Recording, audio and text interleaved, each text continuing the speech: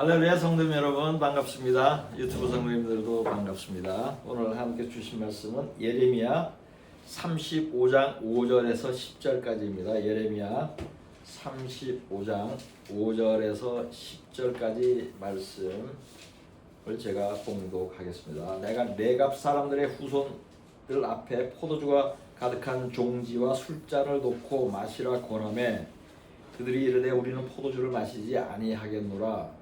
네갑의 아들 우리 선조 요나답이 우리에게 명령하여 이르기를 너희와 너희 자손은 영원히 포도주를 마시지 말며 너희가 집도 짓지 말며 파종도 하지 말며 포도원을 소유하지도 말고 너희는 평생 동안 장막에 살아라.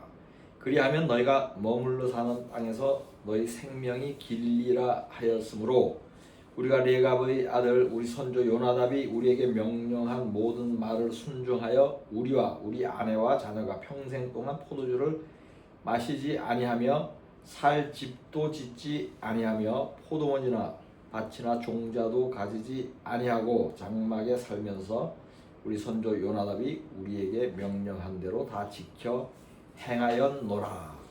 아멘. 고대의 사람들은 크게 두 종류의 산업에 종사하며 살았습니다. 그것은 농업과 목축업입니다. 이 두 가지 업종은 인류의 중요한 먹거리인 곡식과 고기를 공급하는 산업입니다. 그리하여 이 두 업종은 인류 최초의 직업이 되기도 했죠. 아담의 장남 가인은 농업에 종사하였고 동생 아벨은 목축을 하였습니다. 창세기 4장 2절을 보겠습니다. 그가 또 가인의 아우 아벨을 낳았는데 아벨은 양치는 자였고 가인은 농사하는 자였더라. 아멘. 다른 종류의 업종도 필요하고 여러 가지 직업이 있지만 농업과 목축업이 인간이 살아가는 핵심 산업입니다. 그러므로 가인과 아벨도 각각 이 두 산업에 종사를 한 것입니다. 사람들은 직업의 귀천을 말합니다. 그 귀천은 국가별로 또 역사별로 그 귀천에 대한 기준이 다릅니다. 전통과 문화의 차이가 있죠. 애굽은 농업을 목축업보다 귀한 것으로 여겼죠. 창세기 46장 34절을 보겠습니다. 당신들은 이르기를 주의 종들은 어렸을 때부터 지금까지 목축하는 자들이온데 우리와 우리 선조가 다 그러하니이다 하소서. 애굽 사람은 다 목축을 가증히 여기나니 당신들이 고센 땅에 살게 되리이다. 아멘. 고대 이스라엘은 전통적으로 목축업을 하였습니다. 농사도 하였지만은 주업은 목축이었어요. 하나님께서 뜻이 있어서 이스라엘 백성을 그렇게 인도하신 것입니다. 이것은 목축하는 일을 농사한 일보다 더 귀하게 여겨서 그렇게 한 것은 아닙니다. 귀천의 차이가 있어서 그렇게 한 것은 아니에요. 고대 한국은 문인들이 무인들보다 더 귀한 직업으로 여겨졌죠. 군인보다 관리를 더 귀한 직업으로 여겼습니다. 가축을 잡아서 파는 직종을 또 천하게 여겼습니다. 현대 이슬람 국가들은 종교 지도자들을 다른 모든 업종의 사람들보다 더 귀한 것으로 이렇게 차별을 둡니다. 그러나 하나님은 직업을 차별하지 않습니다. 인간이 사회를 이루어서 살아가려면 서로 다른 직업을 가진 사람들이 서로 도와야 합니다. 그러므로 모두 귀한 것입니다.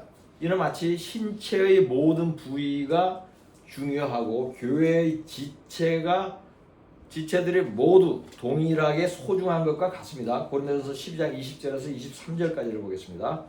이제 지체는 많으나 몸은 하나라. 눈이 손들어 내가 너를 쓸 데가 없다 하거나 또한 머리가 발들어 내가 너를 쓸 데가 없다 하지 못하리라. 아멘. 이와 마찬가지로 모든 직업이 소중하고 모든 업종이 필요합니다. 오히려 성경은 약하고 덜 아름다운 몸의 지체가 더 요긴하다고 말씀합니다. 고린도전서 12장 22절 23절을 보겠습니다. 그뿐 아니라 더 약하게 보이는 몸의 지체가 도리어 요긴하고 우리가 몸의 덜 귀히 여기는 그것들을 더욱 귀한 것들로 입혀주며 우리 아름답지 못한 지체는 더욱 아름다운 것을 얻느니라. 아멘. 이 말씀은 사람들이 꺼려하는 직업이 꺼려하고 싫어하는 직업이 더 귀하다는 의미도 되겠죠. 이러한 원리는 하나님이 들어서 쓰는 사람들에게도 적용이 됩니다. 문벌이 좋고 가문이 좋은 사람보다 보잘것없는 사람을 하나님이 들어 쓰십니다. 고린도전서 1장 27절에서 29절까지를 보겠습니다. 그러나 하나님께서 세상의 미련한 것들을 택하사 지혜 있는 자들을 부끄럽게 하려 하시고 세상의 약한 것들을 택하사 강한 것들을 부끄럽게 하려 하시며 하나님께서 세상의 천한 것들과 멸시받는 것들과 없는 것들을 택하사 있는 것들을 폐하려 하시나니 이는 아무 육체도 하나님 앞에서 자랑하지 못하게 하려 하심이라. 아멘.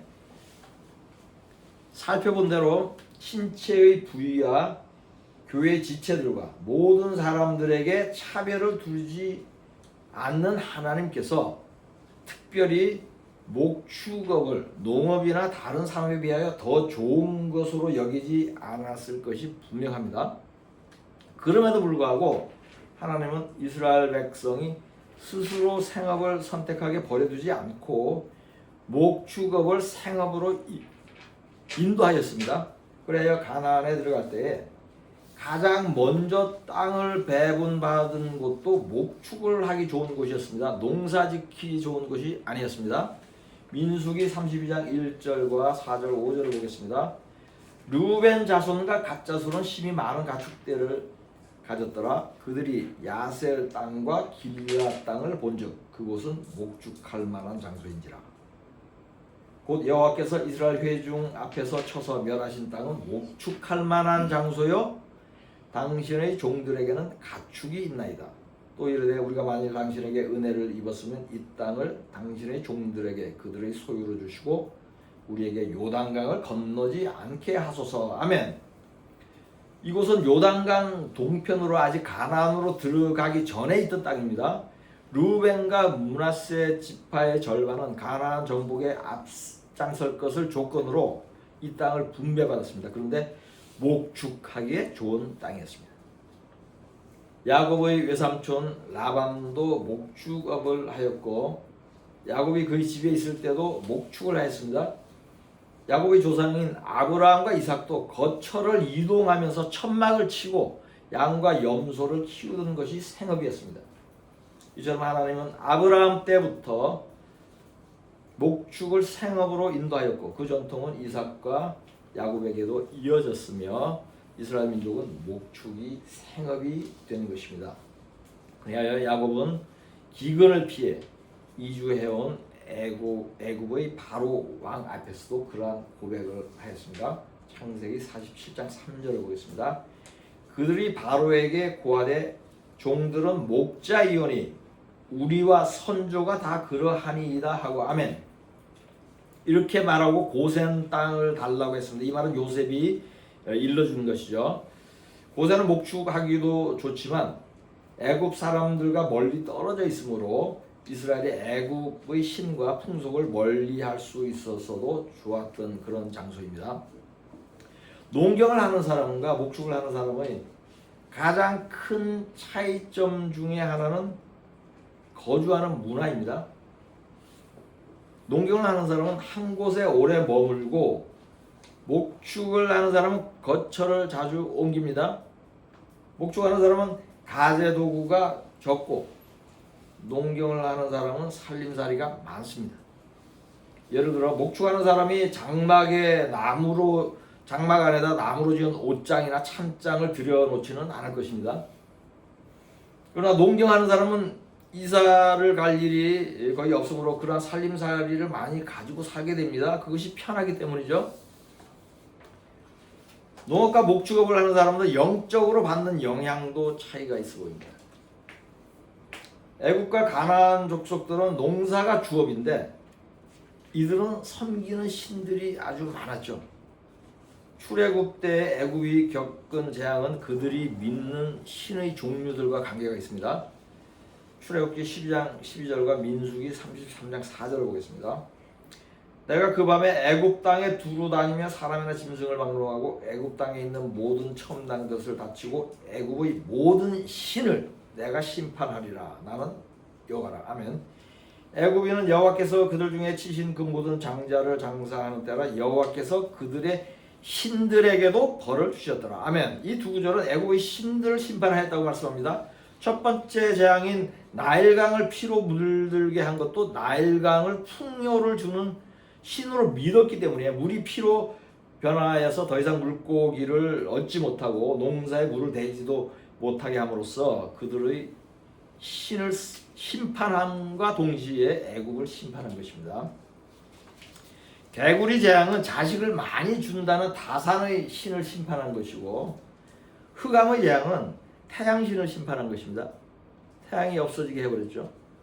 이처럼 애굽의 모든 재앙이 그들이 섬기는 신과 연관되어 있었고 그만큼 많은 귀신을 섬긴 것입니다.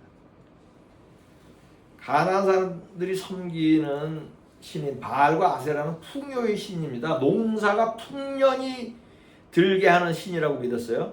그래야 모든 가나안 족속들은 바알과 아세라 귀신을 믿었습니다. 이처럼 농경 문화는 목축업을 하는 사람들보다 우상을 섬기는 일이 더 심한 것을 볼 수 있습니다.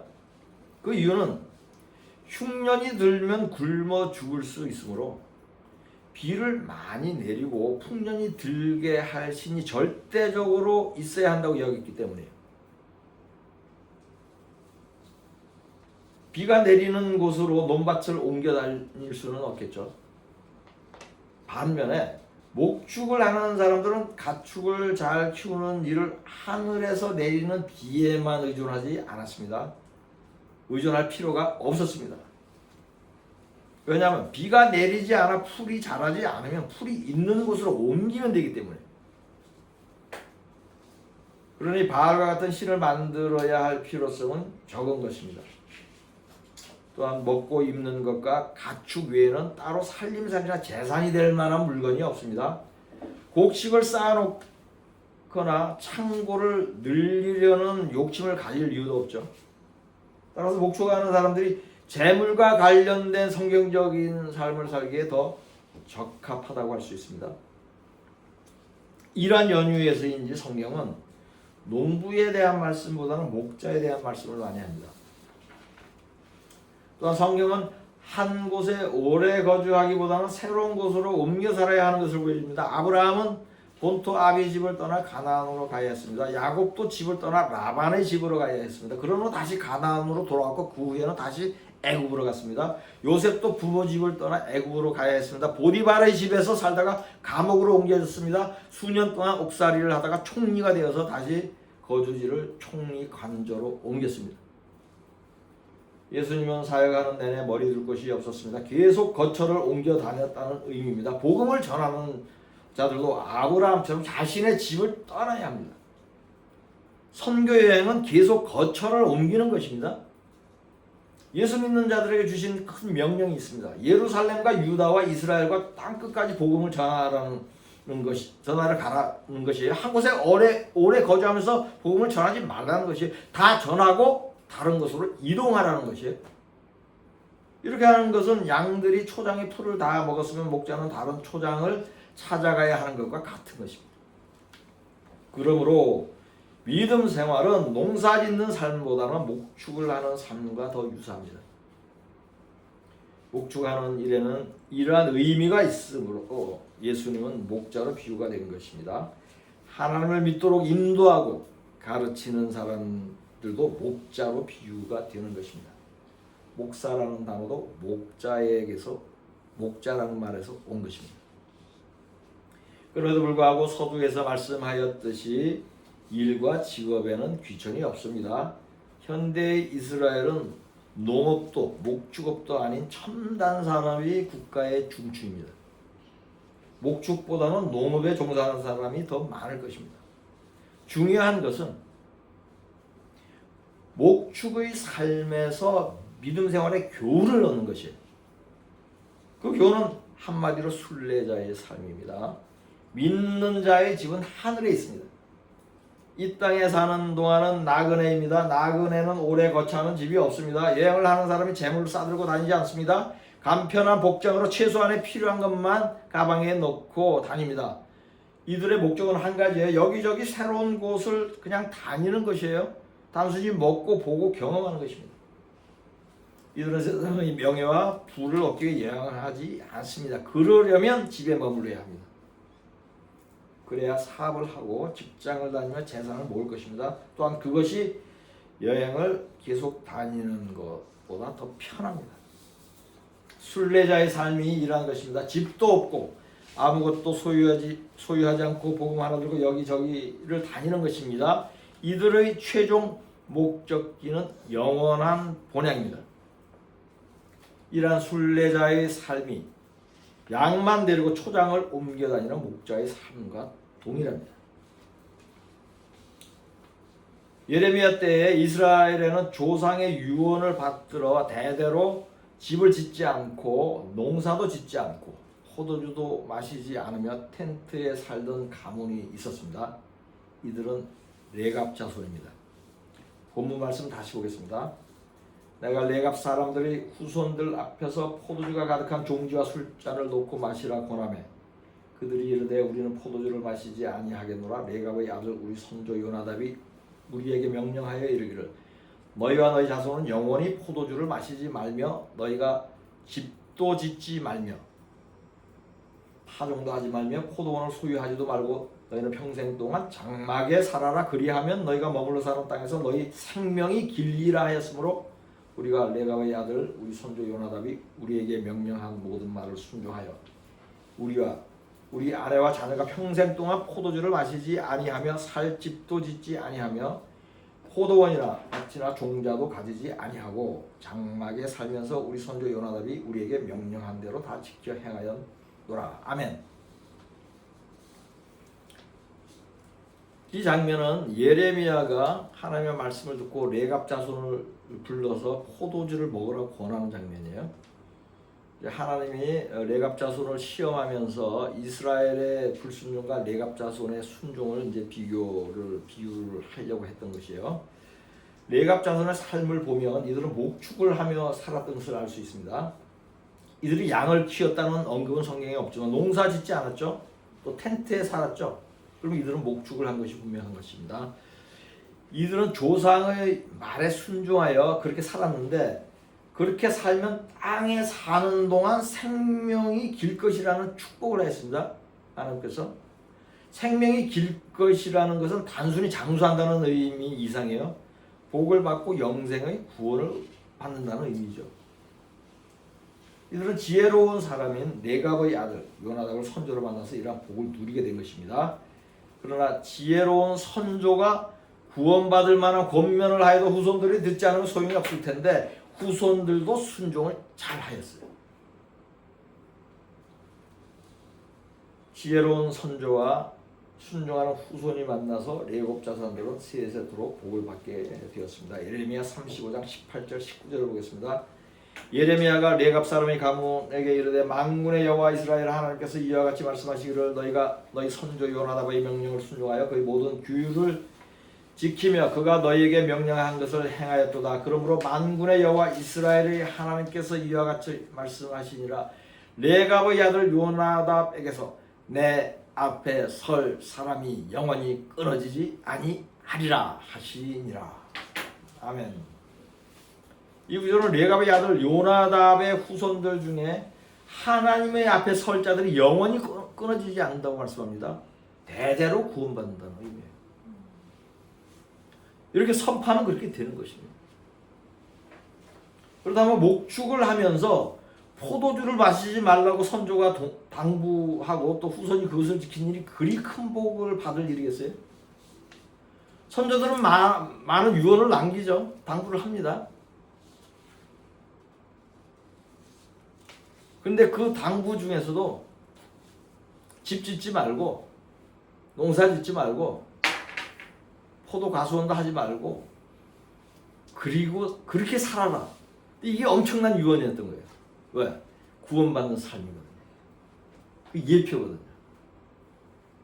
그래서 하나님이 특별히 이 레갑 자손을 칭찬을 한 거예요. 거기다가 후손들은 그 명령에, 선조의 명령에 순종까지 했어요. 그 완벽한 집안이에요. 선조들이 유언을 하고 후손이 그 유언을 지킨다고 모두 하나님이 기뻐하거나 복을 주실 일은 아닐 것입니다. 하나님이 레갑의 유언을 지킨 자손을 축복한 이유는 그 유언이 하나님 보시기에 특별했기 때문입니다. 목축을 하며 살라고 한 것과 집을 짓지 말고 포도주를 마시지 말라는 유언은 매우 성경적이고 절제된 삶의 모양이기 때문입니다. 그러므로 레갑의 유언을 특별히 기뻐하는 것입니다. 거기에 더하여 레갑 자손들이 선조 명령에 순종한 것이 복을 더하는 일이 된 것입니다. 순종을 기뻐하시는 하나님이 조상의 말에 순종한 것을 좋게 여긴 것입니다. 그리하여 레갑 자손들이 대대로 자신의 앞에 설 것이라고 축복한 것입니다. 이들이 레갑 자손들이 조상의 명령에 대한 순종은 하나님의 말씀을 불순종하는 이스라엘 백성과 좋은 대비가 됩니다. 그리하여 이들의 순종을 예를 들면서 이스라엘의 불순종을 책망하였습니다. 예레미야 35장 16절 17절을 보겠습니다. 레갑의 아들 요나답의 자손은 그의 손자가 그들에게 명령한 그 명령을 지켜 행하나 이 백성은 내게 순종하지 아니하도다. 그러므로 만군의 여호와 이스라엘 하나님께서 이와 같이 말씀하시니라. 보라, 내가 유다와 예루살렘의 모든 주민에게 내가 그들에게 대하여 선포한 모든 재앙을 내리리니 이는 내가 그들에게 말하여도 듣지 아니하며 불러도 대답하지 아니함이니라 하셨다 하라. 아멘.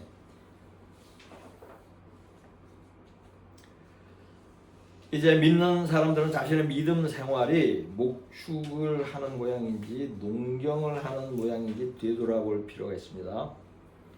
많은 그리스도인들이 천국을 향해 가는 순례자라고 고백하지만 실제 삶의 모습은 이 땅에 뿌리를 내리고 농사짓는 정착민처럼 살아갑니다.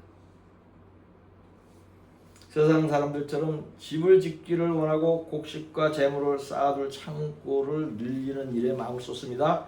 몸에 밴 직업과 살던 곳을 떠나지 않습니다. 땅의 풍요를 구하며 바알과 아세라에게 절하던 가나안 족속의 모습이 투영되고 있습니다. 레갑의 자손의 모습이 투영되어야 합니다. 그러나 하나님께서 레갑 자손의 삶을 높이신 이유를 깨달아야 합니다. 그들은 선조의 명령에 순종하여 집도 짓지 않고 파종도 하지 않으며 장막에 거하는 불편하고 간소한 나그네의 삶을 살았습니다. 세상의 안락함과 타협하지 않고 영적인 정결함을 지키기 위해 목자의 삶, 순례자의 삶을 살아갔습니다. 히브리서 11장 13절 14절을 보겠습니다. 이 사람들은 다 믿음으로 따라 죽었으며 약속을 받지 못하였으되 그것들을 멀리서 보고 환영하며 또 땅에서는 왜곡인과 나그네임을 증언하였으니 그들이 이같이 말하는 것은 자기들이 본향 찾는 자임을 나타내미라. 아멘. 위대한 믿음의 선지들은 레갑 자손들처럼 이 땅에서 외국인과 나그네인 것처럼 살고 그렇게 증거를 받았습니다. 세상에 미련을 두지 않고 영원한 하늘의 본향을 바라보았던 자들입니다. 이들은 본토 아비 집을 떠나고 복음을 위해 가족과 전토를 벌인 사람들입니다. 물동이를 버려두고 복음을 먼저 전한 사람들입니다. 이들은 짐이 없습니다. 가진 것이 없습니다. 그러니 언제 어디를 가든지 준비가 되어 있고 항상 순례를 하고 있는 것입니다. 레갑 자손이 목축을 하였어도 포도주는 구해서 마실 수 있었을 것입니다. 그러나 이들은 포도주도 마시지 않았습니다. 이것은 절제를 의미합니다. 그 당시 포도주는 술이면서 동시에 음료수였습니다. 취하지만 않으면 마셔도 됩니다. 그럼에도 불구하고 레갑 자손이 포도주를 마시지 않은 것은 자칫 쾌락에 빠질 수 있는 가능성을 원천 차단하려는 절제의 삶을 살았던 것이에요. 이 사람은 레갑 자손은 조상의 명령에 순종하였고 순례자의 삶을 살았고 절제하며 살았습니다. 그리하여 하나님으로부터 내 앞에 설 사람이 영원히 끊어지지 아니하리라는 축복의 말씀을 받았습니다. 믿는 자들은 모두 이러한 축복을 받아야 마땅합니다. 제가 기억하는 이러한 사람들 몇 분을 소개하겠습니다. 조지 휘필드가 미국에서 큰 부흥을 일으킬 때에 고급 살롱을 운영한 어떤 사람은 하나님의 큰 은혜를 받은 후 복음 전도를 위해 구두 수선공으로 직업을 바꿨습니다. 구두를 수선하면서 앞에서 기다릴 때에 복음을 전하기 위해서. 제가 아는 한 분은 복음을 전하기 가장 좋은 직업을 찾다가 부동산 중개인이 되었습니다. 모든 고객을 전도합니다. 뉴욕의 한 한국인 공인회계사는 전도를 더욱 많이 하기 위하여 택시기사로 전업을 하였습니다. 이 이야기는 뉴질랜드에서 온 한국인 선교사를 이스라엘에서 만났는데 뉴욕에 갔다가 이런 사람을 만났다고 얘기를 해줘서 제가 알게 되었습니다. 택시를 탔는데 바로 예수 믿냐고 물어보더래요. 이 사람도 예수 열심히 전하는 사람인데 너무 반가웠대. 그래서 얘기를 했더니 공인중개사 하다가 택시기사를 한다고 합니다. 미국의 뉴저지에서 저에게 성경을 배운 한 내과 의사는 진료를 받으러 오는 모든 환자에게 복음을 전하고 낫기를 위해 기도해 줍니다. 100%. 이 예배가 한 사람도 없어. 환자들이 병이 잘 낫겠어요? 안 낫겠어요?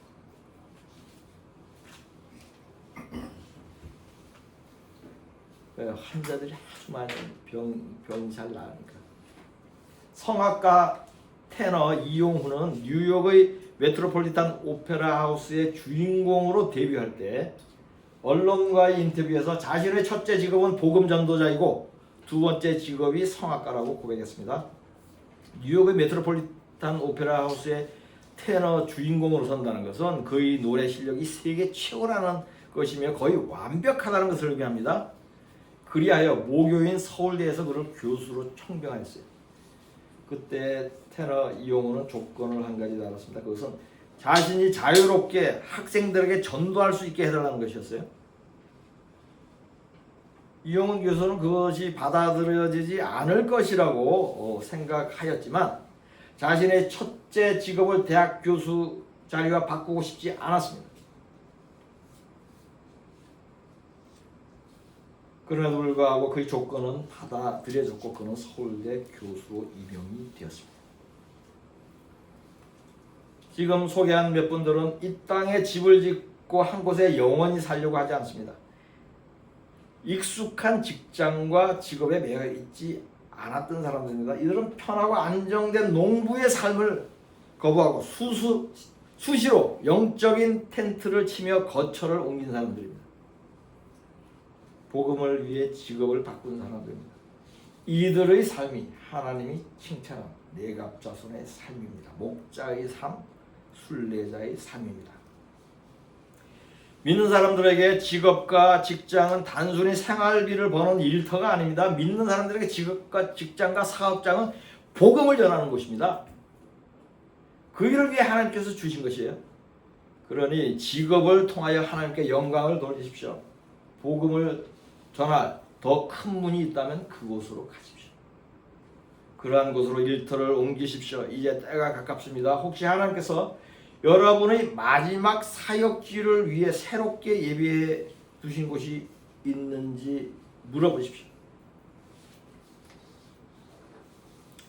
2주일 후면 저희 빌라델피아 교회의 자리가 저희 가정집에서 공공장소로 이전합니다. 저는 이곳이 하나님께서 마지막으로 주신 텐트라는 믿음이 있습니다. 미국과 이스라엘을 거쳐 한국에서도 몇 차례 텐트를 치고 접고 하였습니다. 여러분 모두 주님의 음성을 따르는 목자의 삶, 순례자의 삶을 살다가 영원한 본향에서 모두 만날 수 있기를 우리 주 예수 그리스도의 이름으로 축복합니다. 본문 말씀으로 설교를 마치겠습니다.